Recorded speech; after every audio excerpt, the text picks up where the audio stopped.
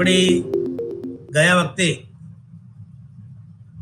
સ્મૃતિ વિશેની વાત શરૂ કરેલી છે અને આપણે શરૂઆતમાં સ્મૃતિ વિશેની કેટલીક પરિચયને લગતી વાતો કરી હતી. ત્યાર પછી આ જે આપણે યુનિટ છે એના વિશેની થોડીક વાત કરી હતી.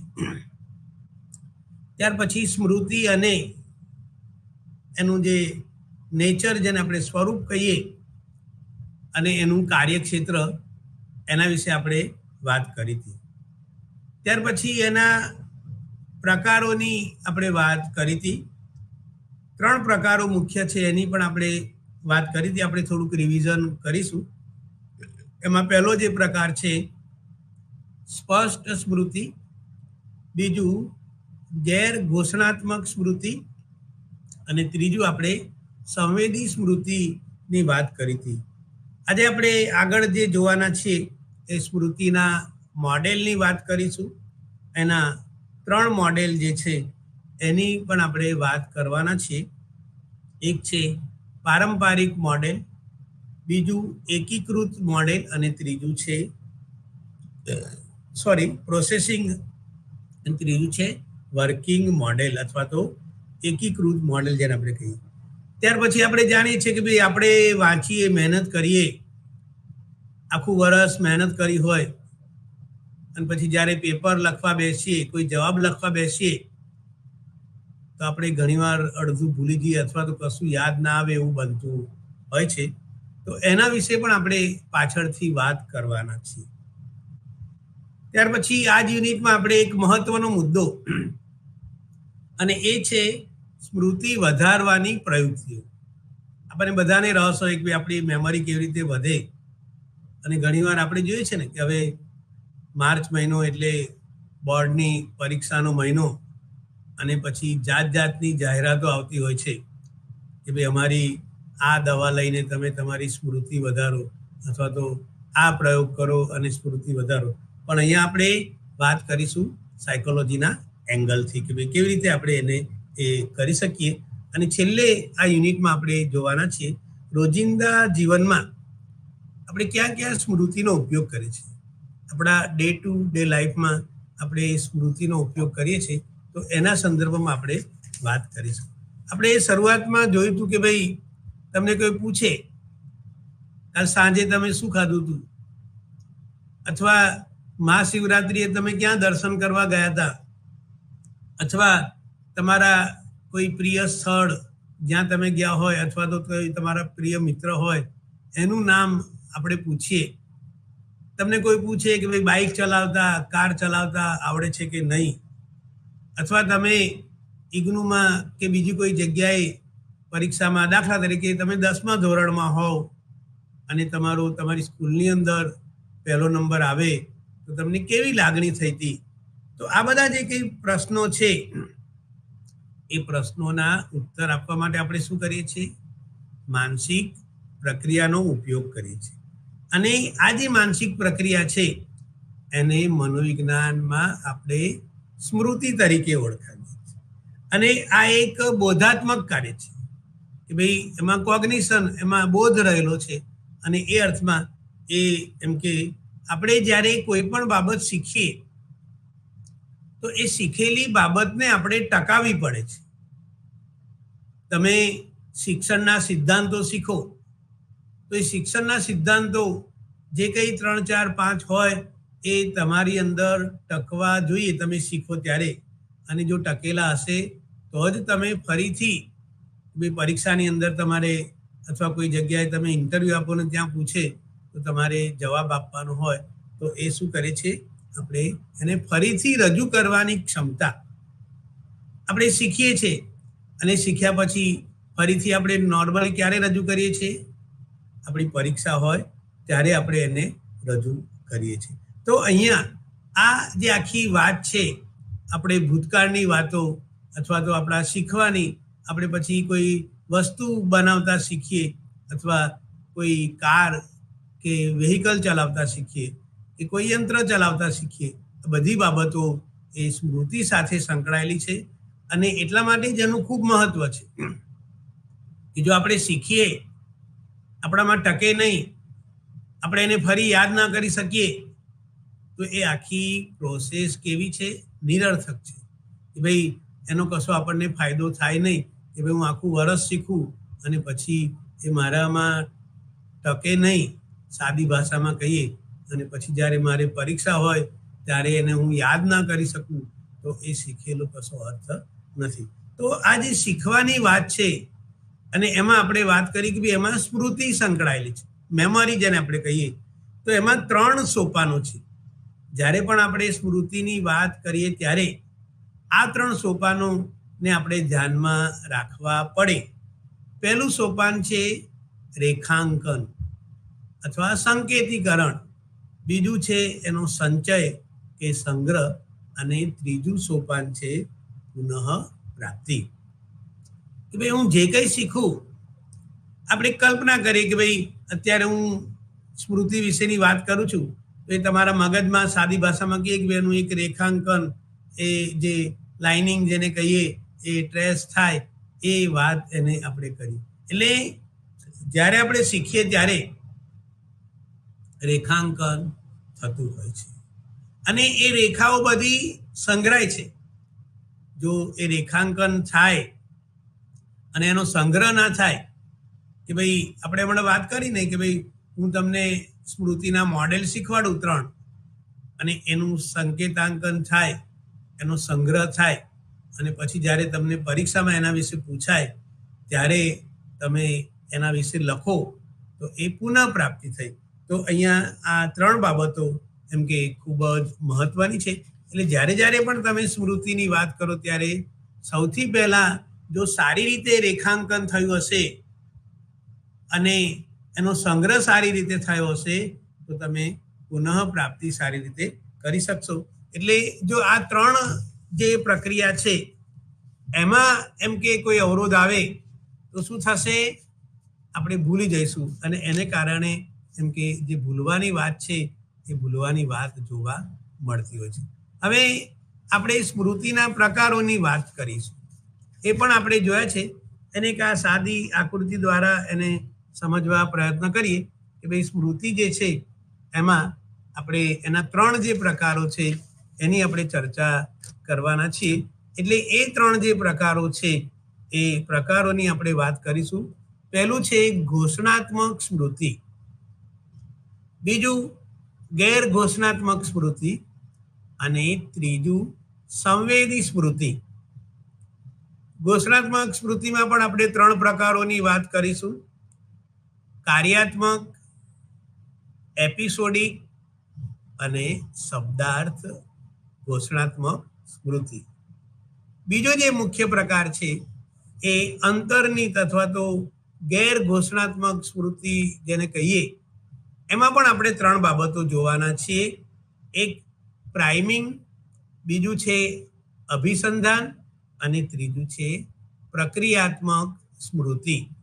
અને છેલ્લી જે સ્મૃતિ છે એ સંવેદી સ્મૃતિની આપણે વાત કરીએ. તો ફરીથી આ આકૃતિ તમે ધ્યાનમાં રાખજો, જેથી આપણે એના જે પ્રકારો છે એના વિશેની જ્યારે આપણે ચર્ચા કરીશું ત્યારે આપણે એને એ કરી શકીશું.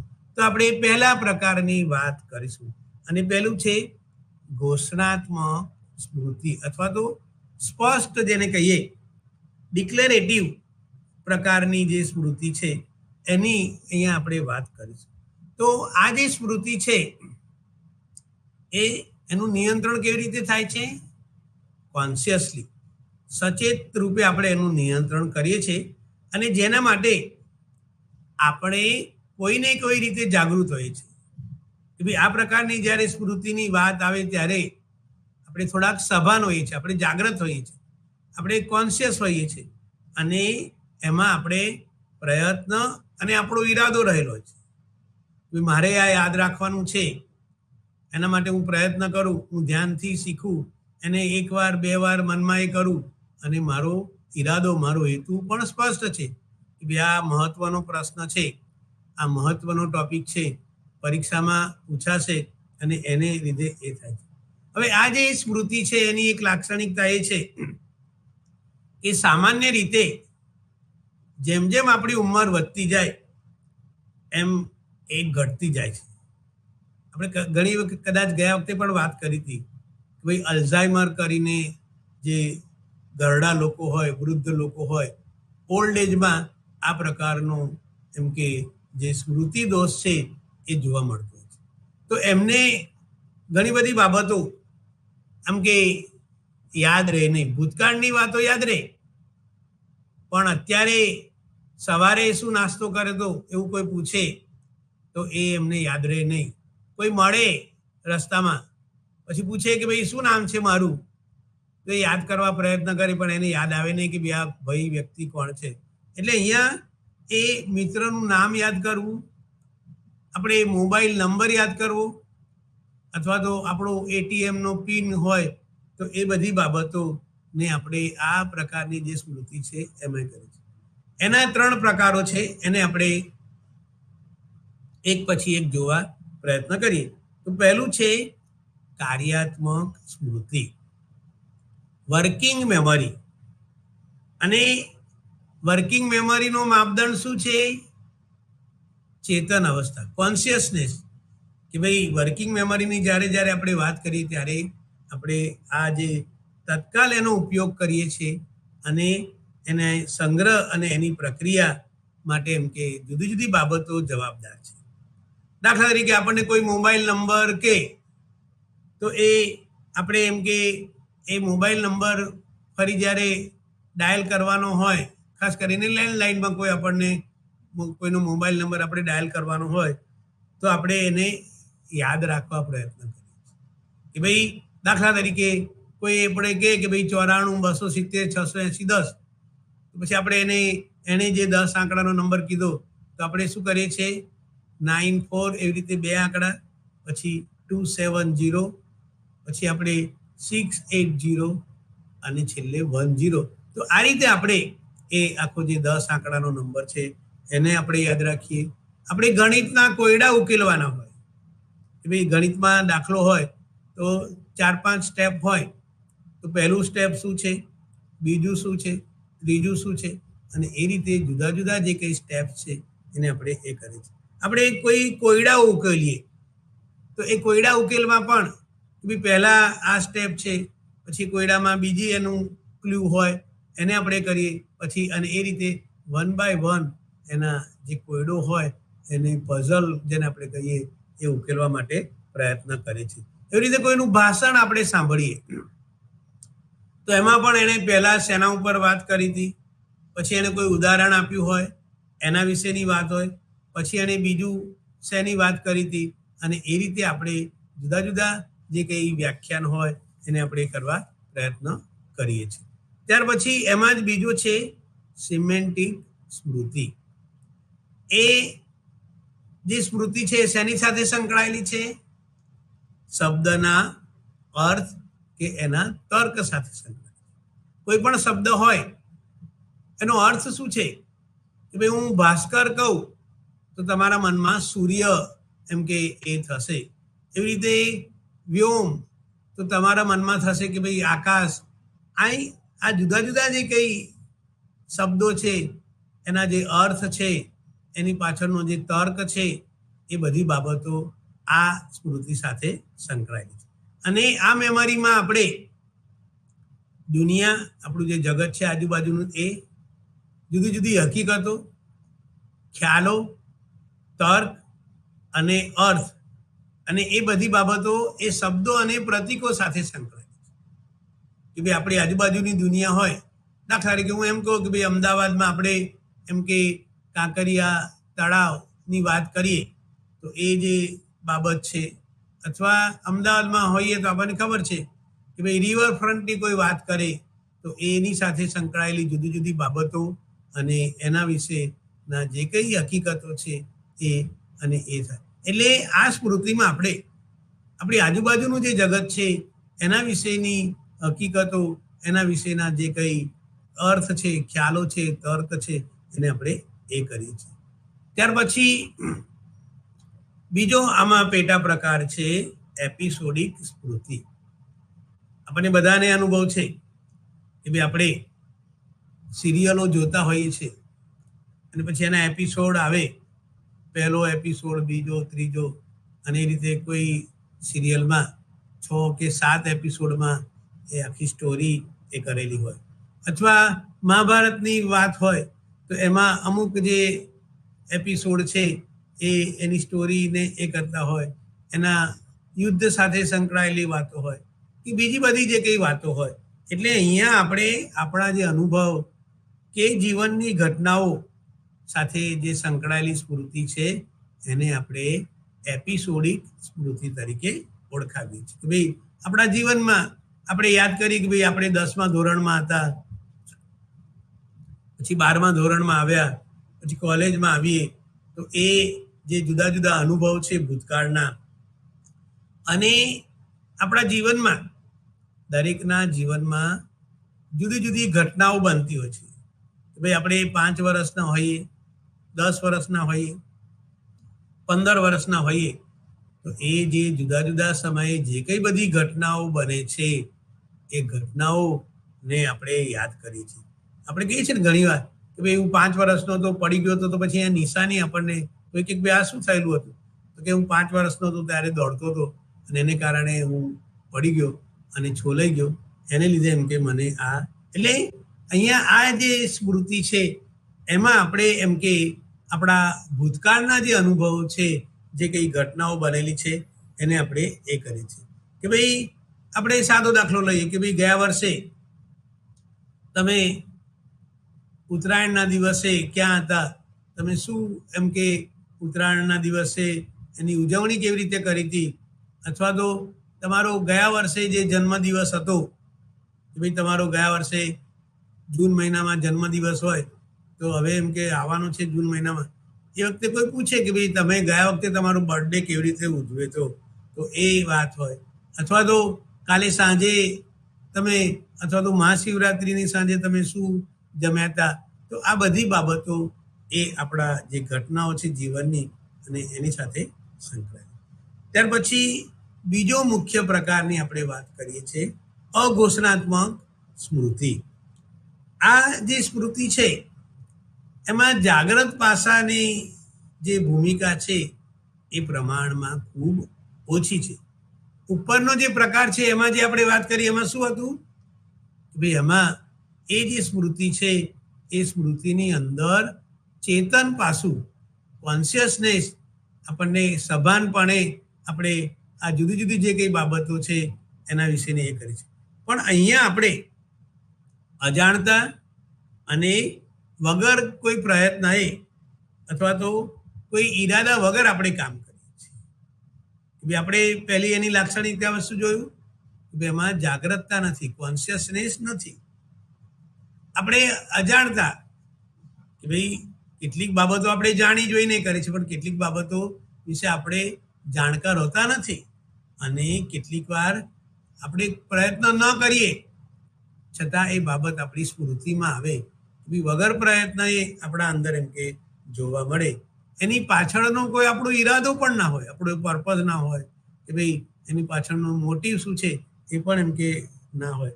તો આ બધી બાબતો એ આ સ્મૃતિમાં એમ કે જોવા મળે, અને એના ઉપર કોઈ ઉંમરનો પ્રભાવ પડતો નથી. અને આ જે સ્મૃતિ છે એના પણ આપણે જે 3 પ્રકારો છે એના વિશે એક પછી એક જોવા પ્રયત્ન કરીએ.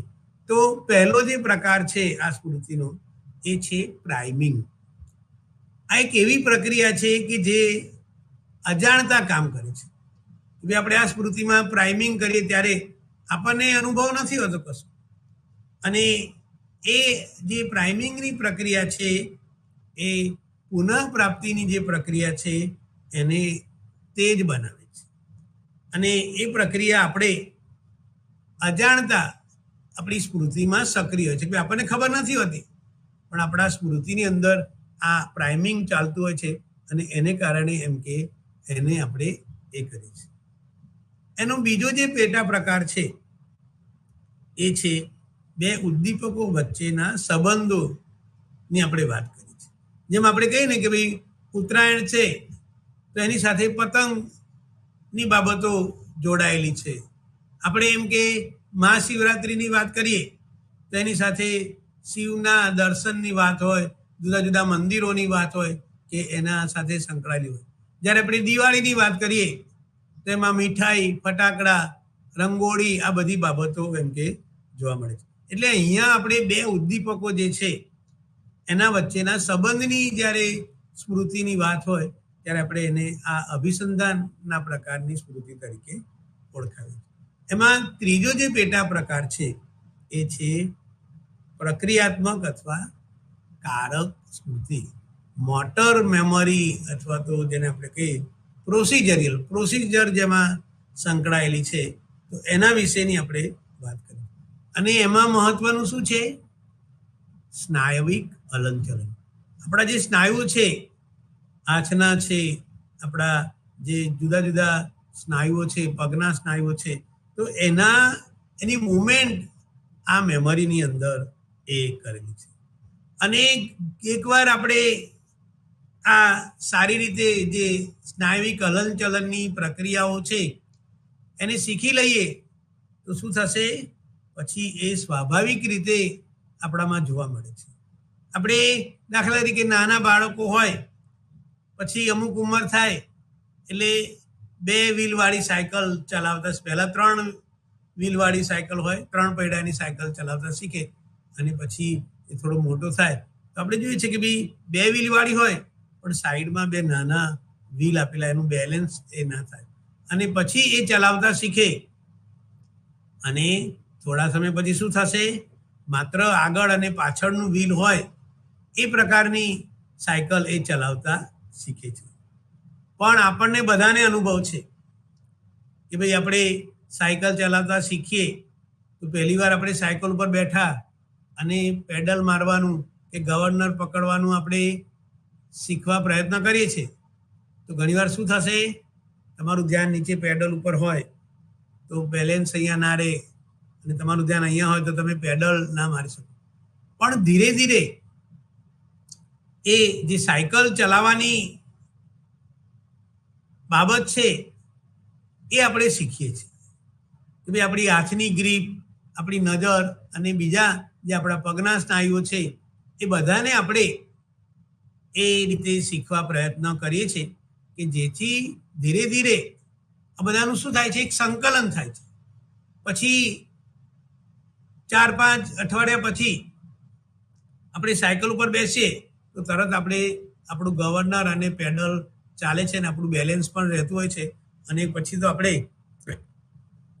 એમ કે વાતો કરતા કરતા પછી આપણે એમ કે આ જે ચાલક ક્રિયા છે એના માટેના કોઈ સભાન પ્રયત્નો જરૂરી રહેતા નથી કે ભાઈ હું જ્યારે શરૂઆતમાં સાયકલ આપણે શીખતા હોય ત્યારે આપણે સભાન છે કે ભાઈ શું કરવાનું? બેલેન્સ રાખવાનું છે, પેડલ મારવાના છે, સામે જોવાનું છે, બ્રેક એમ કે એ કરવાની છે અને એ બધી બાબતો. પણ એકવાર આપણે શીખી જઈએ પછી એમ કે આપણે સાદી ભાષામાં કહીએ કે ભાઈ આ બધી જે ક્રિયાઓ છે એનો સંગ્રહ થાય છે અને જેવા આપણે સાયકલ પર બેસીએ આપણે એમ કે સાયકલ ચલાવતા એ કરે છે. પછી આપણે ભૂલી જતા નથી કે 5-6 વર્ષ આપણે સાયકલ ના ચલાવીએ અને પછી 10-12 વર્ષ પછી ફરીથી સાયકલ ચલાવવાનું શીખવાનું હોય તો આપણે સરળતાથી સાયકલ ચલાવી શકીએ.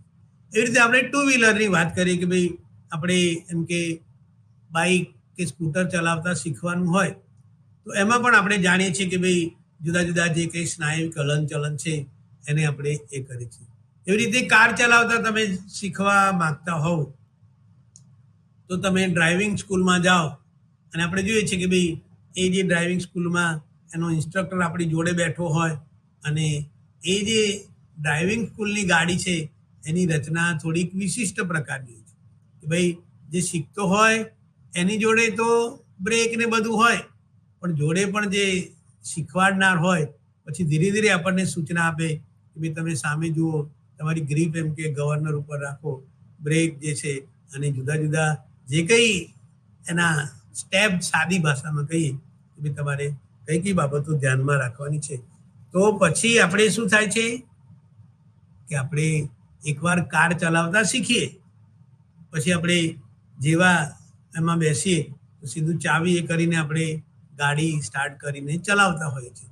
તો એ જે વાત છે એને આપણે આ કરી. ત્યાર પછી ત્રીજો મુખ્ય પ્રકાર, અને એ છે સંવેદી સ્મૃતિ, જેને આપણે કહીએ સેન્સરી મેમરી.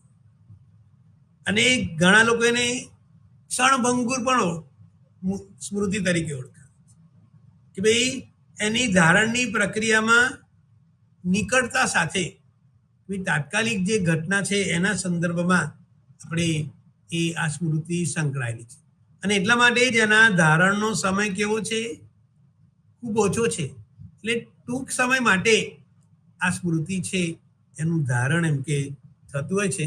અને એ જે સ્મૃતિ છે એમાં શું મહત્વનું છે? સંવેદી રજિસ્ટર.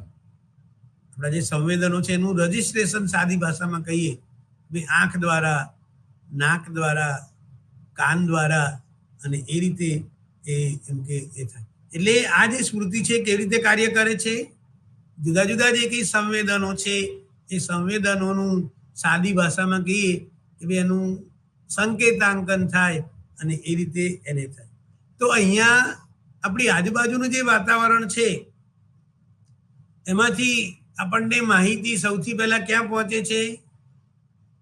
આપણી સંવેદી સ્મૃતિમાં પહોંચે છે. હું અત્યારે બોલું છું અને કદાચ તમે જોઈ રહ્યા છો તો તમારી દ્રષ્ટિ જે છે એ સંવેદી સ્મૃતિ જોવાની જે વાત છે. હું જે કંઈ બોલું છું, અને જો આપણે ગુજરાતી સારી રીતે જાણીએ, આપણે સાયકોલોજી સાથે પરિચિત હોઈએ, તો જે કંઈ શબ્દો છે એ શબ્દોથી પણ તમે એમ કે પરિચિત છો કે ભાઈ હું અત્યારે સ્મૃતિની વાત કરું છું, એમાં સંવેદનની વાત કરું છું. તો એ બધી બાબતો આપણને જે કંઈ માહિતી છે એને આપણને ખબર હોય. એટલે અહીંયા જે જરૂરી માહિતી છે એના ઉપર ધ્યાન આપવામાં આવે તો એ જે છે એ સ્મૃતિ આપણી જે અન્ય પ્રણાલી છે એમાં એ જતી હોય છે. પણ આ જે જાણકારી છે આપણે આગળ વાત કરીને કે કેવી છે? ક્ષણભંગુર છે. થોડા સમય માટે જેમ કે એ આપણામાં જોવા મળે છે. અને એવું કહેવાય છે કે ભાઈ 200 થી 500 મિલી સેકન્ડ સુધી જ એ જાણકારીને સંગ્રહી રાખે છે. અને એ જે સંવેદી સ્મૃતિ છે એની આપણે કેટલીક વાતો જોવા પ્રયત્ન કરીશું. ભાઈ મનોવૈજ્ઞાનિકોએ એવો તર્ક રજૂ કર્યો છે. ભાઈ આપણે હમણાં વાત કરી આપણા જુદા જુદા સંવેદનો છે. આપણી દ્રષ્ટિ, આપણું કાન, નાક, જીભ, અને એ બધા જે કંઈ આપણા સંવેદનો છે, તો જે દ્રશ્ય સંવેદી સ્મૃતિ છે, વિઝ્યુઅલ સેન્સરી મેમરી, એ શેની સાથે સંકળાયેલી છે? દ્રશ્ય સાથે. જુદા જુદા ચિત્રો આપણે જોઈએ, કોઈ સિરિયલ જોતા હોઈએ, અત્યારે તમે જુઓ છો તો દ્રશ્ય જે છે એ થાય. ત્યાર પછી શ્રવણ સંવેદી સ્મૃતિ, ઓડિટરી સેન્સરી મેમરી. ભાઈ આપણે સાંભળીએ, અવાજ છે, પણ મારા લેક્ચર જો તમે ઘણા બધા સાંભળ્યા હોય તો પછી તમે મને ના જોતા હોય છતાં મારા અવાજથી તમે શું કરશો? ભાઈ આ પ્રોફેસર જણસારી સાહેબનો અવાજ છે, અને એ આપણી જે શ્રવણની સ્મૃતિ છે એમાંથી. ત્યાર પછી ગંધની વાત આવે, ઓલ્ફેક્ટરી જેને કહીએ, સ્મેલ જેને આપણે કહીએ. જુદા જુદા પદાર્થો હોય, ગુલાબની સુગંધ, મોગરાની સુગંધ, જુદા જુદા પછી જુદા જુદા ખાદ્ય પદાર્થો હોય એની પણ સુગંધો છે. આપણે કહીએ ને કે ભાઈ કોઈ જગ્યાએથી આપણે પસાર થતા હોઈએ અને પછી દાળવડા બનતા હોય તો એની સ્મેલ આવે, જલેબી હોય એની સ્મેલ આવે, કોઈ જગ્યાએ શીરો બનતો હોય એના શેકાવાની સ્મેલ આવે, દાળની, શાકની, આ બધી જે કંઈ ગંધ છે એને આપણે કરીએ. ત્યાર પછી સ્વાદ, કે ભાઈ આપણે ટેસ્ટની વાત કરીએ. એ સંવેદી સ્મૃતિમાં આપણે ચાખીએ કોઈ વસ્તુ અને કહીએ કે ના ભાઈ સરસ છે, અથવા તો ચાખીએ અને આપણું મોઢું એ થઈ જાય આ તો બહુ ખારું છે, અથવા તો આપણે ચાખીએ અને એમ કે આમાં મીઠું નથી બિલકુલ, તો એ એનામાં તીખાશ જે છે, એ ખારાશ જેને આપણે કહીએ, અતિશય ગળપણ પણ હોય. ભાઈ ઘણી વાર આપણે ખાઈએ તો આપણું મોઢું એ થઈ જાય, બહુ ગળ્યું હોય, તો એ જે છે સ્વાદની વાત છે. અને સ્પર્શ ટેક્ટાઇલ અથવા તો ટચ જેને આપણે કહીએ, અને કે ભાઈ આ પદાર્થ છે હું એને ટચ કરું, ખરબચડો છે, લીસો છે, તો એ જે કંઈ એનો સ્પર્શ છે એની પણ એ થાય. એટલે અહીંયા આ બધી જે કંઈ સ્મૃતિ છે એ સ્મૃતિમાં આ દ્રશ્ય, શ્રાવ્ય અને એ બધી સ્મૃતિ એમ કે મહત્વની છે. એટલે સંવેદી સ્મૃતિ એ આપણને આપણી આજુબાજુના જે કંઈ બાબતો છે એના વિશે આપણને એ કરે છે. ત્યાર પછી એક નવો મુદ્દો એની આપણે ચર્ચા શરૂ કરીએ છીએ, અને એ છે સ્મૃતિના પ્રતિમાન, મોડેલ્સ ઓફ મેમરી. કે ભાઈ સ્મૃતિના ખ્યાલને સારી રીતે સમજવો હોય તો એના મોડેલ આપણે સમજવા પડે. એના જુદા જુદા મોડેલો જોવા મળે છે, પણ આપણે અહીંયા મુખ્ય 3 જે મોડેલ છે એના વિશેની વાત કરીશું. અને એ પહેલું જે મોડેલ છે એ છે સ્મૃતિનું પરંપરાગત મોડેલ. એની આપણે થોડીક વાત કરીએ કે ભાઈ આ જે મોડેલ છે એનો ખ્યાલ એટકિન્સન અને સિરફ્રીને 1968માં આપેલું છે. અને આ મોડેલ જે છે એને મેમરીનું સ્ટેજ મોડેલ અથવા તો મોડલ મોડેલ તરીકે ઓળખવામાં આવે છે. તો આ જે મોડેલને આપણે સમજવું હોય તો આપણે કોમ્પ્યુટરની જે કામગીરી છે એના વિશે જો આપણે જાણતા હોઈએ, અથવા તો આ મોડેલ શેનાથી પ્રભાવિત છે? કોમ્પ્યુટરની કામગીરીથી. તો આપણે બધા જાણીએ છીએ કે આપણે બધા કોમ્પ્યુટરનો ઉપયોગ કરીએ છીએ, અને હવે તો એમ કે પ્રાઇમરી એજ્યુકેશનથી જ કોમ્પ્યુટર, અને હવે એને બદલે લેપટોપ દ્વારા એમ કે શિક્ષણની જે વાત છે એને એ કરે છે.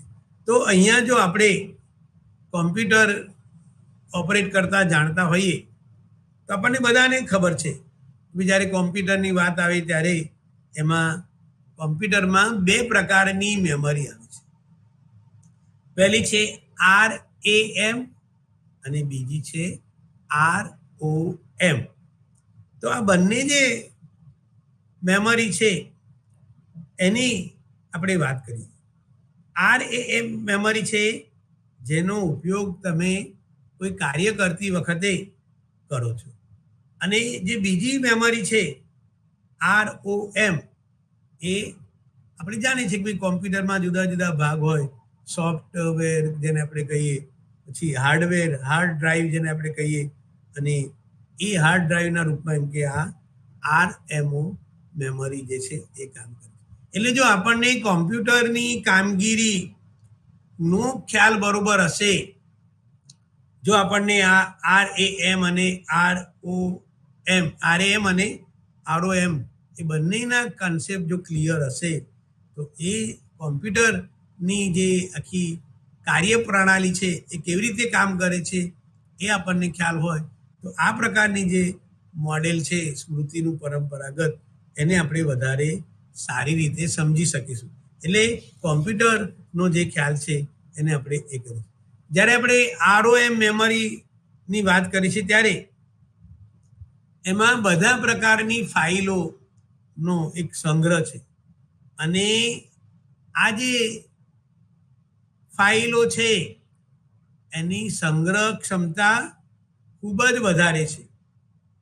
ભૂતકાળમાં જો કદાચ આપણને ખબર હોય કે ભાઈ અમદાવાદમાં ગુજરાત યુનિવર્સિટી પાસે PRL ફિઝિકલ રિસર્ચ લેબોરેટરી છે, અને એમાં જે કોમ્પ્યુટર શરૂઆતના વર્ષોમાં જો આપણે કોમ્પ્યુટરના ઉદ્ભવનો ઇતિહાસ જાણતા હોઈએ તો એ 10x12 રૂમ જેવડું મોટું કોમ્પ્યુટર એમ કે હતું, અને એમાં જુદા જુદા ફંક્શન એ થતા, અને એમાં જે કંઈ મેમરી છે એની ડિસ્ક કેટલી બધી હોય કે એને થાય. પણ અત્યારે આપણે જોઈએ છીએ કે ભાઈ એ નાનું એનું સ્વરૂપ જે છે, અને આપણે એમ કે હવે તો લેપટોપ દ્વારા પણ આપણે ક્યાંક લઈ જઈએ ને આવડું જ એનું સ્વરૂપ હોય. આપણે ટેબ્લેટ વિશે જાણીએ છીએ, આપણે લેપટોપની સાઇઝ અને એ કરી છે. તો આ જે અત્યારના કોમ્પ્યુટર છે એની જે સંગ્રહ શક્તિ છે એ ખૂબ જ વધારે પ્રમાણમાં છે. એટલે અહીંયા આપણું પણ મગજ જે છે એમાં પણ આપણી મેમરી જે છે એનું સ્ટોરેજ બહુ બધું છે. પણ ઘણા એવું કહે છે કે ભાઈ આપણે માત્ર આપણા બ્રેનનો 10% ભાગ પણ ઉપયોગ નથી કરતા. જો આપણે એ મેમરી એના અંદર જે આપણે સંગ્રહેલું છે એને એ કરી. તો આપણે આગળ વાત કરી કે આ જે મોડેલ કોણે આપ્યું છે? એટકિન્સન અને શિફ્રીન. એમણે શું કીધું? ભાઈ કોમ્પ્યુટરના કામ કરવા માટે માનવ સ્મૃતિના કામકાજની બરોબરી કરી શકે. ભાઈ આપણી જે સ્મૃતિ કેવી છે? કોમ્પ્યુટરના કાર્ય જેવી છે. એટલે એણે ઇક્વલની વાત કરી. જેમ કોમ્પ્યુટર કામ કરે છે અને અત્યારે લેટેસ્ટ જે કંઈ કોમ્પ્યુટરો છે એમ આપણું જે મેમરી છે, માનવ સ્મૃતિ છે, એ પણ એ રીતે જ કામ કરે છે કે ભાઈ એમાં એની જે સંગ્રહ શક્તિ છે એટલી બધી છે. આપણે જોઈએ છીએ ને ઘણી વાર કે ભાઈ કોઈ હોય તો એને આખી ગીતા મોઢે હોય, એના શ્લોક એ બોલે જ જાય. કોઈ આખી પુસ્તક હોય એને આખું મોઢે હોય, કોઈને આખું સુંદરકાંડનો જે પાઠ છે એમ કે મોઢે હોય. તો અહીંયા આ જે આપણી મેમરી છે એની કેપેસિટી બહુ બધી છે. અને આપણે જોઈએ છીએ ઘણા બધા લોકો ને એમ કે કોઈ આખી સ્ટોરી હોય તો એને નરેટ કરે અને એ નવલકથા આટલી જાડી હોય તો પછી આખી નવલકથાની એટલે આપણી મેમરીમાં એ આખી નવલકથા જેને કહીએ, આખા જે કંઈ બધી ઘટનાઓ છે એ પણ એમ કે એ થયેલી છે. તો એમાં આપણે આ જે છે એ મેમરીની વાત કરીએ ત્યારે એમાં બે બાબતોને આપણે જોવા પ્રયત્ન કરીએ છીએ. પહેલું છે સંવેદી સ્મૃતિ. તો અહીંયા સંવેદનની જે માહિતી છે એનું નિરૂપણ આપણે આગળ વાત કરીએ કે જુદા જુદા આપણા સંવેદન છે. શ્રવણ છે, દ્રશ્ય છે, ગંધ છે, સ્વાદ છે. આ બધા જે કંઈ સંવેદનો છે એની જે સ્મૃતિ છે એ ઓછા સમય માટે છે. કે કોઈ દ્રશ્ય જોયું હોય આપણે અને પછી આપણે એને ભૂલી પણ જઈએ છીએ. કોઈ વસ્તુ આપણે ખાધી હોય એનો ટેસ્ટ આપણે એમ કે થોડા સમય માટે યાદ રહે અને પછી આપણે એને ભૂલી જઈએ છીએ. ત્યાર પછી બીજું છે એમાં ટૂંકા ગાળાની સ્મૃતિ, શોર્ટ ટર્મ મેમરી. તો અહીંયા પણ આ જે મેમરી છે કેવી છે? ઓછા સમય માટે આપણે આ જાણકારીને જાળવી રાખીએ છીએ. કે ભાઈ કોઈ તમને હું નંબર બોલું મારો હમણાં 94 270 680 10, તો તમને એ 30 સેકન્ડ સુધી જેમ કે તમે યાદ રાખી શકો. પછી થોડા સમય પછી શું કરશો કે ભાઈ 94 હતું 280 કે 661 11 એવું તમે એમ કે એ કરશો. એટલે અહીંયા આ જે ટૂંકા ગાળાની સ્મૃતિ છે એના નામ પ્રમાણે જ કે ભાઈ ટૂંકા ગાળા, એનું જે આયુષ્ય કેવું છે? ટૂંકું છે. થોડા સમય માટે જ આપણને યાદ રહે. કોઈ આપણને નંબર કીધો હોય તો એ નંબર આપણને થોડા સમય માટે યાદ રહે અને પછી ફરી એમ કે કોઈ વ્યક્તિ પૂછે તો આપણે એ યાદ કરી શકતા નથી. ત્યાર પછી ત્રીજો જે છે લાંબા ગાળાની સ્મૃતિ, લોંગ ટર્મ મેમરી. એનો લાંબો ગાળો કે ભાઈ નાનપણના આપણા અનુભવોથી શરૂ કરીને અત્યાર સુધીના આપણા જે કંઈ અનુભવો છે. તો આ જે સ્મૃતિ છે શું છે? આપણે જે જુદા જુદા પ્રકારની સ્મૃતિઓની વાત કરી એ સ્મૃતિઓનું સ્ટોર હાઉસ.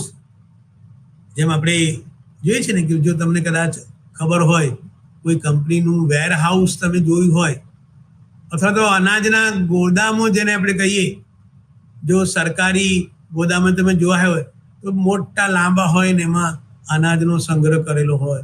કોઈ કાર બનાવનાર કંપની હોય એનું જો તમે ગોડાઉન જુઓ તો ત્યાં 1000, 2000, 3000 ગાડીઓ હોય, સ્કૂટરો હોય. એટલે બધું એમ આ જે સ્મૃતિ છે એ આપણા બધા પ્રકારની સ્મૃતિનો સંગ્રહ છે. અને એમાં તમે ગઈકાલે સાંજે શું ખાધું હતું ત્યાંથી શરૂ કરીને તમારા જે બાળપણના અનુભવ છે કે ભાઈ તમને યાદ આવે હું 5 વર્ષનો હતો ત્યારે ખોવાઈ ગયો હતો, અથવા તો હું 10 વર્ષનો હતો ત્યારે ફરવા ગયો હતો, ત્યાં આગળ પાણીમાં એમ કે મારો પગ લપસી ગયો હતો, અથવા તો હું 15 વર્ષનો હતો ત્યારે આવું હતું, અથવા તો હું પહેલી વાર સ્કૂલમાં બેઠો ત્યારનો જે અનુભવ છે. પછી હું આગળ ભણ્યો અને સ્કૂલમાંથી હાઈસ્કૂલમાં, 12મામાં, કોલેજમાં. તો આ જે કંઈ બધા અનુભવો છે એને આપણે જાણી શકીએ. એની એક આકૃતિ જેને આપણે કહીએ કે ભાઈ એટકિન્સને જે સ્મૃતિનું મોડેલ આપ્યું છે એની આપણે અહીંયા વાત કરીશું. અને એ જે આખી આકૃતિ છે એને આપણે 1 by 1 એને સમજવા પ્રયત્ન કરીશું કે ભાઈ અહીંયા આ બધા પ્રકારની જે સ્મૃતિ છે એની આપણે હમણાં વાત કરી કે ભાઈ એ જે 3 પ્રકારની આપણે વાત કરી. તો જ્યારે પણ આપણે સ્મૃતિની વાત કરીએ ત્યારે સૌથી પહેલા શું મહત્વનું છે? ઇન્ફોર્મેશન, જાણકારી. ભાઈ અત્યારે હું જે ચર્ચા કરું છું આના પહેલા આપણે શિક્ષણની વાત કરી હતી. તો શિક્ષણ સાથે સંકળાયેલા એના સિદ્ધાંતો, એના પ્રકારો, એની સાથે સંકળાયેલી જુદી જુદી બાબતોને આપણને ખબર છે. એવી રીતે અત્યારે આપણે સ્મૃતિની વાત કરીએ છીએ. તો સ્મૃતિના જે કંઈ જુદા જુદા ખ્યાલો છે એની સાથે સંકળાયેલી એના મોડેલની અત્યારે આપણે વાત કરી છે, એના પ્રકારોની આપણે વાત કરી, એમાં 3 બાબતોની આપણે વાત કરી છે. તો એ બધી જે કંઈ બાબતો છે એટલે પહેલા આપણા માટે શું જરૂરી છે? ઇન્ફોર્મેશન, જાણકારી, માહિતી જરૂરી છે. પછી એ જે માહિતી છે એમાં ધ્યાન, એટેન્શન, કે ભાઈ હું તમને કહું કે ભાઈ આ મહત્વનું છે અથવા તમને લાગે આ મુદ્દો મહત્વનો છે તો તમારું ધ્યાન એના તરફ જશે. અને પછી આપણે શું કરીએ છીએ? આપણું ધ્યાન બરોબર હોય, આપણું એટેન્શન બરોબર હશે તો પછી આપણું સંકેતાંકન સારું હશે, એનો સંગ્રહ સારો હશે. અને પછી આપણે શું કરીએ છીએ? પૂર્વ અભ્યાસ કરીએ છીએ. જેમ આપણે હમણાં સાયકલ શીખવાની વાત કરી તો આપણે વારંવાર અભ્યાસ એનો કરીએ છીએ. કોઈ પ્રશ્ન મારે તૈયાર કરવાનો હોય, એના 7 પેટા મુદ્દા છે તો પહેલો મુદ્દો, બીજો, ત્રીજો, ચોથો, 5મો, 6થો, 7મો અને પછી એ રીતે જુદા જુદા જે કંઈ મુદ્દાઓ છે એ મુદ્દાઓને હું 1 by 1 અને પછી એ રીતે એનો જે આ પૂર્વ અભ્યાસ છે એને કરી. તો આ જે 2 બાબતો કે ભાઈ માહિતી જરૂરી છે અને માહિતીમાં ધ્યાન અને એનો પૂર્વ અભ્યાસ જરૂરી છે. અને પછી આપણે સંવેદી સ્મૃતિ, અને એનો સમયગાળો કેટલો છે? 1 સેકન્ડથી ઓછો એમ કે એનો સમયગાળો છે. પછી બીજી આપણે વાત કરી હતી ટૂંકા ગાળાની સ્મૃતિ. તો એનો સમય અવધિ કેટલો છે? 30 સેકન્ડની એમ કે એ એની ક્ષમતા છે. અને છેલ્લે આપણે વાત કરી છે લાંબા ગાળાની સ્મૃતિ. તો એની જે સમય અવધિ છે કેવી છે? અસીમિત છે, એની કોઈ મર્યાદા નથી. એ આપણને જીવન પર્યંત આપણે આ જે સ્મૃતિ છે એની આપણે વાત કરી છે. આપણે કીધું ને કે ભાઈ આપણે 5 વર્ષના હોઈએ, 7 વર્ષના, 10 વર્ષના, 12 વર્ષના, 15 વર્ષના, 20, 25, 30, પછી આપણે પહેલી નોકરીમાં જોડાયા હોઈએ ત્યાંના અનુભવ, પછી આપણે કોઈ બીજી જગ્યાએ જોડાઈએ અને પછી એમ કે આપણે 58, 60, 62 વર્ષે રિટાયર થઈએ તો દાખલા તરીકે આપણે કોઈ એક જ સંસ્થામાં કામ કર્યું હોય તો આપણે જ્યારે જોડાયા ત્યારના આપણા જે અનુભવ છે, પછી ધીરે ધીરે આપણને પ્રમોશન મળે અને પછી આપણું પ્રમોશન મળ્યા પછી આપણને એમ કે આપણા 58, 60 કે 62 થાય એટલે આપણે રિટાયર થઈએ. તો એ જે કંઈ આપણે નોકરી કરી છે એના અનુભવ. એવી રીતે આપણે સાદો દાખલો લઈએ કે ભાઈ આપણા લગ્ન જીવનની વાત હોય કે 25 વર્ષે મારા લગ્ન થયા હોય, પછી 30 વર્ષ થાય, 5 વર્ષ પસાર થાય, 35, 40 અને મારા લગ્ન જીવનના 30 વર્ષ, 40 વર્ષ એમ કે જે હોય એ પછી મને યાદ આવે કે ભાઈ મારા લગ્ન વખતે એમ કે જે કંઈ ઘટનાઓ બની હોય, ત્યાર પછી મારે ત્યાં પ્રથમ સંતાન આવે, એના પછી એ બોલતા શીખે, પછી એ ભણવા જાય. તો આ બધું જે છે એટલે લોંગ ટર્મ મેમરી કેવી છે? જીવન પર્યંત છે. બે કોઈ પૂછે ભાઈ તમે નોકરી ક્યારે જોડાયા હતા? તો એમ કે 1982માં હું પહેલી વાર લેક્ચરર તરીકે જોડાયો અને મને પહેલા લેક્ચરનો અનુભવ પણ યાદ છે. પહેલાં મારે એમ કે સોમવારે લેક્ચર લેવાનું હતું, પણ રજા હોવાને કારણે શું થયું, શુક્રવારે એમ કે લેક્ચર મારે લેવાનું હતું.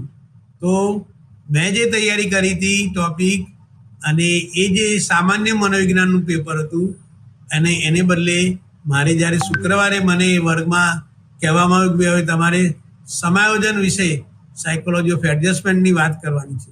તો એ લેક્ચર મને યાદ છે. અને આ રીતે ત્યાર પછી એમ કે જુદા જુદા જે કંઈ અનુભવો છે, ત્યાંથી પછી હું એ કોલેજ છોડીને બીજી કોલેજમાં આવ્યો, તો ત્યાંના જે કંઈ અનુભવ છે, પછી એ કોલેજ છોડીને દાખલા તરીકે હું યુનિવર્સિટીમાં જોડાયો, તો ત્યાંના જે કંઈ અનુભવ છે અને ત્યાંથી એમ કે રિટાયર થયો. તો આ બધા જે કંઈ અનુભવ છે એ કેવા છે, મને જીવન પર્યંત યાદ રહે છે. દુઃખદ પણ હોય અને સુખદ પણ હોય. ભાઈ જુદી જુદી જે કંઈ ઘટનાઓ છે, કોઈ જગ્યાએ મને એક્સિડન્ટ થયો હોય તો હું જ્યારે જ્યારે ત્યાંથી પસાર થઉં ત્યારે મને એ ઘટના યાદ આવે. કોઈ વ્યક્તિએ મને દગો દીધો હોય, પછી જ્યારે મળે ત્યારે એણે જે કંઈ મને નુકસાન કર્યું હોય અને એના પ્રત્યેનો જે કંઈ અણગમો છે એ બધું મને યાદ રહે. એટલે આ જે 3 પ્રકારની સ્મૃતિ છે એમાં આપણે ફરીથી આકૃતિને જોવા પ્રયત્ન કરીએ છીએ. સંવેદી, ટૂંકા ગાળાની અને લાંબા ગાળાની. અને આ જે સ્મૃતિ છે અને આપણને બધાને શેમાં રસ છે? લાંબા ગાળાની સ્મૃતિ.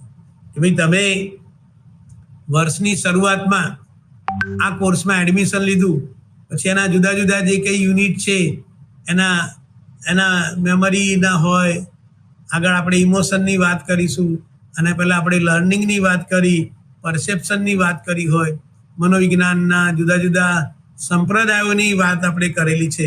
અને આપણને ખબર છે કે ભાઈ હું કહું કે ભાઈ મનોવિજ્ઞાનનો સંપ્રદાય એવો શબ્દ સાંભળો તો તમે શું કરશો કે ભાઈ પહેલાં એમ કે જનસારી સરે રચનાવાદની વાત કરી હતી, પછી કાર્યવાદની વાત કરી, પછી વર્તનવાદની વાત કરી, ત્યાર પછી સાહચર્યવાદની વાત કરી, ત્યાર પછી એમ કે મનોવિશ્લેષણવાદની વાત કરી. તો આ રીતે જુદા જુદા જે કંઈ સંપ્રદાયો છે એ એમ કે એને તમે એ કરો તો આપણને બધાને કે ભાઈ ખાસ કરીને વિદ્યાર્થીઓ માટે, કોઈ રાજકીય નેતા હોય એના માટે, કોઈ કંપનીમાં કોઈ મેનેજર હોય, તો એ બધા માટે આ લોંગ ટર્મ મેમરી એ ખૂબ મહત્ત્વની છે. એટલે આપણે એને સહેજ ધ્યાનમાં રાખીએ. તો અહીંયા આપણને એમ થાય કે ભાઈ આપણી જે કંઈ માહિતી છે એ એક મેમરી સિસ્ટમમાંથી બીજી મેમરી સિસ્ટમમાં કેવી રીતે જાય છે? ભાઈ હું જે કંઈ ઇન્ફોર્મેશન તમને અત્યારે આપું છું, સ્મૃતિ વિશેની માહિતી છે, તો એ મારી જે એમાં સંકેતાંકન થયું, એનો સંગ્રહ થયો, તો એ પછી બીજી સિસ્ટમમાં કેવી રીતે જાય છે? તો આ એટકિન્સન અને એના સાથીદારના જણાવે કેવું છે કે કેવળ એ જ માહિતી જે આપણા ધ્યાનને આકર્ષિત કરી શકે છે, કે ભાઈ મારું ધ્યાન જે માહિતી ઉપર છે એ જ માહિતી, બીજી આપણી આજુબાજુ ઘણી બધી માહિતી હોય છે. આપણે કોઈ જગ્યાએ જઈએ અને આજુબાજુ ઘણા બધા લોકો હોય, પણ આપણા ફોકસમાં કોઈ એક જ ઘટના કે એક જ વ્યક્તિ હશે તો એ આપણું ધ્યાન એમ કે ખેંચે, તો એને આપણે કરે છે. તો અહીંયા સંવેદી સ્મૃતિમાંથી STM સુધી જશે. આપણે આગળ વાત કરી સંવેદી સ્મૃતિ કેવી છે, બહુ ઓછા સેકન્ડ સુધી હોય છે, અને એ ટકે પછી એ આપણે શેમાં મોકલે છે ને શોર્ટ ટર્મ મેમરીમાં, કે ભાઈ ટૂંકા ગાળાની સ્મૃતિમાં આપણે, અને એનો આપણે સમયગાળો કેટલો છે 30 સેકન્ડથી વધારે. અને પછી કે ભાઈ સંવેદી સ્મૃતિમાંથી શોર્ટ ટર્મ મેમરીમાં આપણે એને ટ્રાન્સફર કર્યું, અને શોર્ટ ટર્મ મેમરીમાંથી આપણે શેમાં ટ્રાન્સફર કર્યું, એને લોંગ ટર્મ મેમરીમાં, લાંબા ગાળાની સ્મૃતિમાં આપણે એને સ્થાનાંતરિત કરીએ છીએ. અને આ લાંબા ગાળાની સ્મૃતિમાં જો બરોબર સ્થાનાંતર થયું હશે તો આપણને લાંબા સમય સુધી યાદ રહેશે. કે ભાઈ હું અત્યારે સ્મૃતિના મોડેલો બરોબર સમજાવું તમને, તમે ધ્યાનથી સાંભળો, અને પછી એ સંવેદી સ્મૃતિમાંથી ટૂંકા ગાળાની અને પછી ટૂંકા ગાળામાંથી તમે લાંબા ગાળાની સ્મૃતિમાં એને ટ્રાન્સફર કરો તો જ્યારે જ્યારે તમને કોઈ પૂછે કે ભાઈ સ્મૃતિના મોડેલ કયા છે તો તમે કહેશો પહેલું આ, બીજું આ, ત્રીજું આ, અને પછી એમાં એના પેટા પ્રકારો, પછી એના ઉદાહરણો મેં આપ્યા હોય, તમે પાછા કંઈક બીજું વાંચો, એને આધારે તમે એ ઉદાહરણને કરો. તો અહીંયા એ એમ કે આ જે આખી વાત છે એને એક આકૃતિ દ્વારા સમજાવવા પ્રયત્ન કર્યો છે કે ભાઈ અહીંયા સંવેદી સ્મૃતિ અને એમાંથી પછી શોર્ટ ટર્મમાં જાય અને પછી એ લાંબા ગાળાની જે સ્મૃતિ છે એમાં એનું એટલે સંવેદી સ્મૃતિ અને ટૂંકા ગાળાની જે સ્મૃતિ છે એમાં શું છે? પૂર્વાભ્યાસ. આપણે એકવાર વાંચીએ, બે વાર વાંચીએ અને સંવેદી સ્મૃતિમાંથી પૂર્વાભ્યાસને કારણે એ મેમરી શેમાં જાય છે? Short term. અને એમાંથી પછી એનું સ્થાનાંતર ક્યાં થાય છે? લાંબા ગાળાની સ્મૃતિમાં. એટલે આ આપણે ખાસ યાદ રાખવા જેવું છે કે ભાઈ જ્યારે જ્યારે આપણે સ્મૃતિની વાત કરીએ ત્યારે સૌથી પહેલાં આપણને બધાને સંવેદી સ્મૃતિનો અનુભવ થાય છે. આપણે કોઈ વસ્તુ જોઈએ, આપણે સાંભળીએ, આપણને એનો સ્પર્શ, એનો ગંધ, એનો સ્વાદ, અને પછી એ ધીરે ધીરે બે દાખલા તરીકે કોઈ ખાવાનો પદાર્થ છે તો પહેલાં હું જોઉં એનો આકાર ગોળ છે, પછી એના વિશેના જે કંઈ મેં વખાણો સાંભળ્યા હોય એનું વર્ણન સાંભળ્યું હોય, પછી એનું ગંધ સ્મેલ એ કરું, અથવા તો એનું જે અહીંયા જીભ છે એના ઉપર એનો સ્વાદ જે છે અને હું એને સ્પર્શ કરું કે ભાઈ જે ખાવાનો પદાર્થ છે કેવો છે, ખરબચડો છે, લીસો છે, કે ઓઇલી છે કે ડ્રાય છે. તો આ બધી બાબતોનો જે પૂર્વાભ્યાસ છે એને કારણે શેમાં જશે? શોર્ટ ટર્મ મેમરીમાં. અને પછી આ બધી બાબતોનું સંકલન થઈને એનું પૂર્વાભ્યાસ થાય એટલે 30 સેકન્ડ માટે કે ના ભાઈ આ વસ્તુ છે, અને પછી એનું ક્યાં સ્થાનાંતર થાય છે? Long term. એટલે જ્યારે એ શબ્દ કોઈ બોલે કે ભાઈ આપણે હમણાં વાત કરી કે ભાઈ કોઈ કે જલેબી, તો તરત જ આપણા મગજમાં એનો ગોળ આકાર, એનો સ્વાદ અને એ જુદા જુદા જે કંઈ સંવેદનો છે અને એ લોંગ ટર્મ આપણા મગજમાં રહેલા છે. અને એને કારણે શું છે કે ભાઈ આપણે જ્યારે જ્યારે પણ એ શબ્દ સાંભળીએ ત્યારે આપણી જે સ્મૃતિ છે એ લોંગ ટર્મ મેમરીમાં એનું સ્થાનાંતર થયું છે અને એટલે જ આપણને યાદ રહે છે. કે ભાઈ વિદ્યાર્થી હોય, આપણે હમણાં વાત કરી ને કે ભાઈ માર્ચ મહિનામાં 10મા અને 12મા ધોરણની બોર્ડની પરીક્ષા આવશે, તો આપણે જાણીએ છીએ કે ભાઈ વિદ્યાર્થી શરૂઆતથી જ મહેનત કરે, વર્ગની અંદર શીખવાડવામાં આવે એને ધ્યાનમાં રાખે, એ ટ્યુશન ક્લાસમાં જાય અથવા એનું પર્સનલ ટ્યુશન હોય.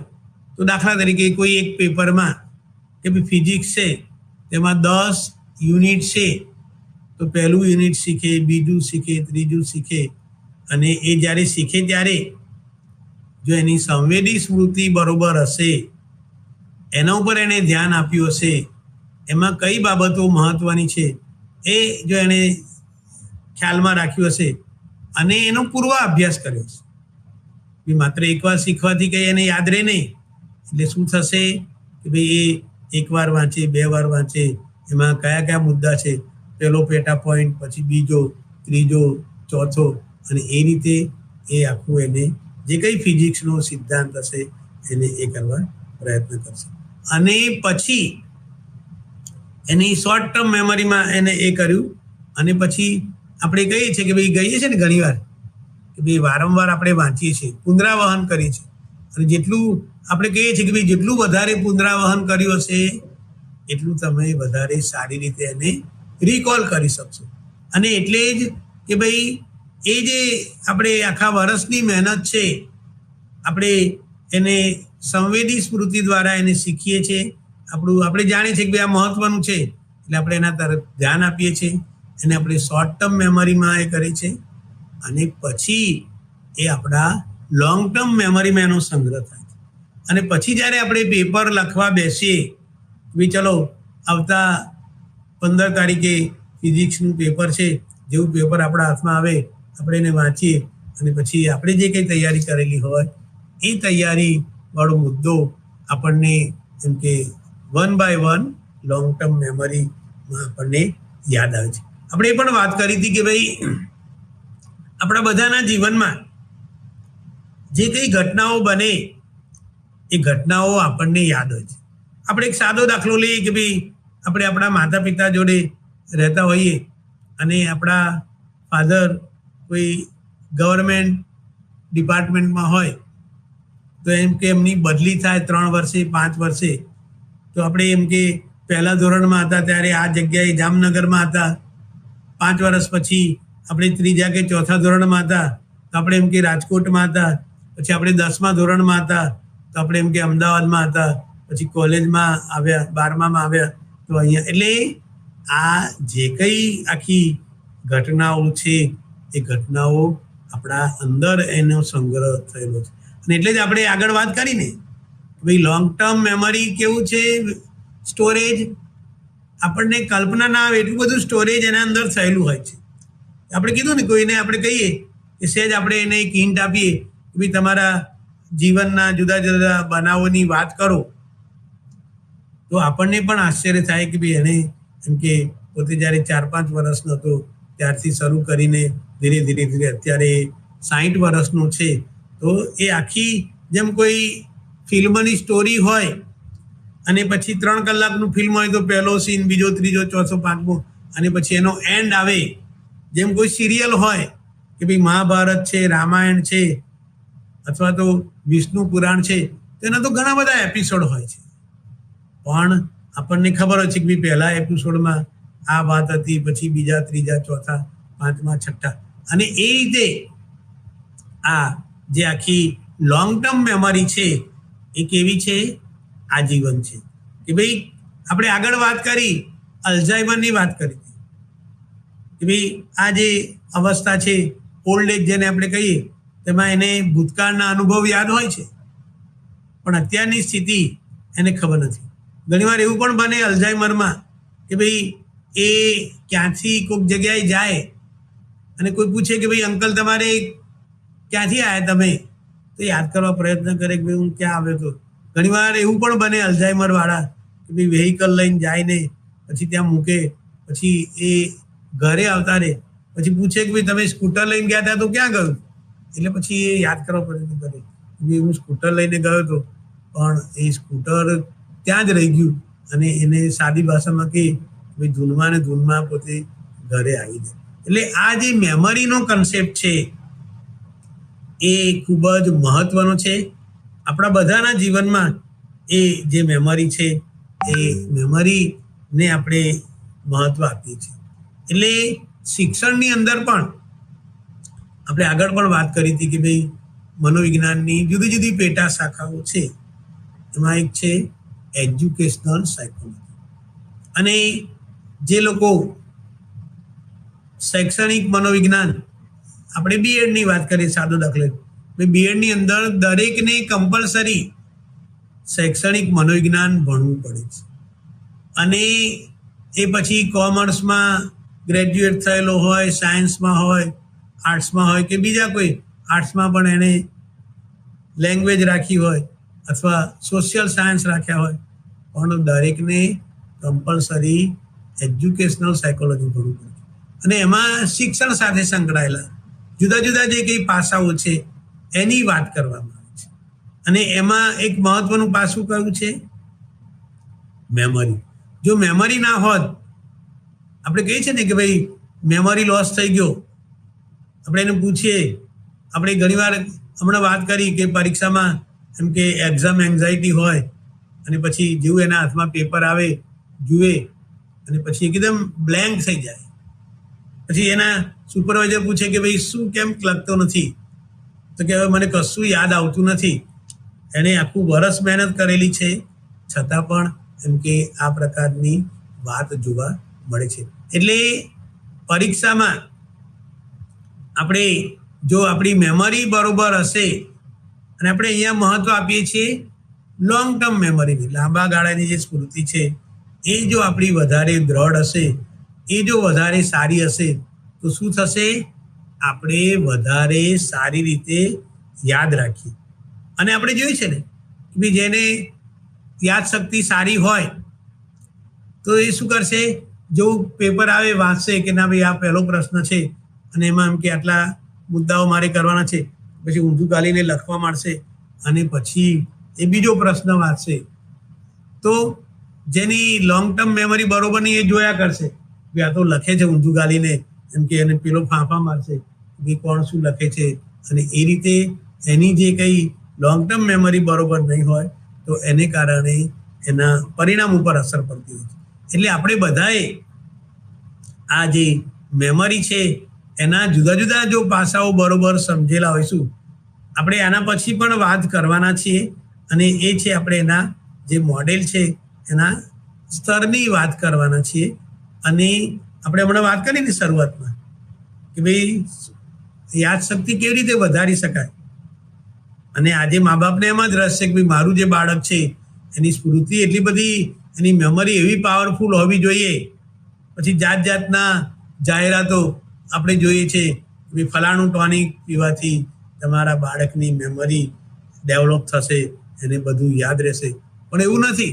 એ મેમરીની જે ટેકનિકો છે એ ટેકનિકો જો આપણે બરોબર શીખેલા હોઈશું તો આપણી સ્મૃતિને આપણે કેળવી શકીશું. જન્મથી જ આપણામાં મેમરી જે છે એનું પ્રમાણ એટલું બધું હોતું નથી, પણ આપણે કહીએ છીએ ને કહેવત છે કે ભાઈ પ્રેક્ટિસ મેક પરફેક્ટ. આપણે જેટલું વધારે પુનરાવહન કરીએ એટલું વધારે આપણી જે મેમરી છે એ ડેવલપ થાય. અને આપણે જાણીએ છીએ કે ઘણીવાર મેમરી ડેવલપમેન્ટની જાત જાતની કસરત હોય છે, અને એ સ્કૂલમાં શરૂઆતમાં બાળક જુનિયર સિનિયર કે પહેલા બીજા ધોરણમાં હોય ત્યારે જ એની જે મેમરી છે એને ડેવલપ કરવા માટેના જો શિક્ષકો દ્વારા પ્રયત્ન કરવામાં આવે તો એવા બાળકો એ વધારે સારી રીતે યાદ રાખી શકે છે, અને એમની મેમરી ડેવલપ થયેલી હોય એને કારણે એમનું જે લર્નિંગ છે એ પણ સારું હોય છે. અને એટલે જ આપણે જોઈએ છે ને ભાઈ કોઈ આપણે સીએની પરીક્ષા હોય તેમાં પછી જે પાસ થાય એના ઇન્ટરવ્યૂ આવતા હોય છે. પેલો કે હું રોજ આટલા કલાક વાંચતો હતો, હું આમ કરતો હતો અને મારી વાંચવાની રીત આ રીતની હતી. અથવા તો જીપીએસસીની પરીક્ષા હોય, કોમ્પિટિટિવ એક્ઝામની પરીક્ષા હોય, આઈએએસની પરીક્ષાઓ હોય, તો એ બધામાં મેમરીનું ફેક્ટર મહત્વનું છે.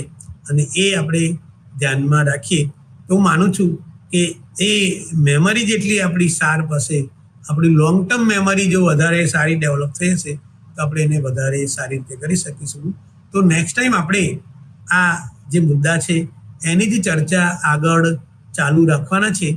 અને આપણને ફરીથી તમને શુભેચ્છા આપું કે તમારી મેમરી વિકસે, અને વિકસે એટલે આપણે વિકસાવી શકીએ છીએ.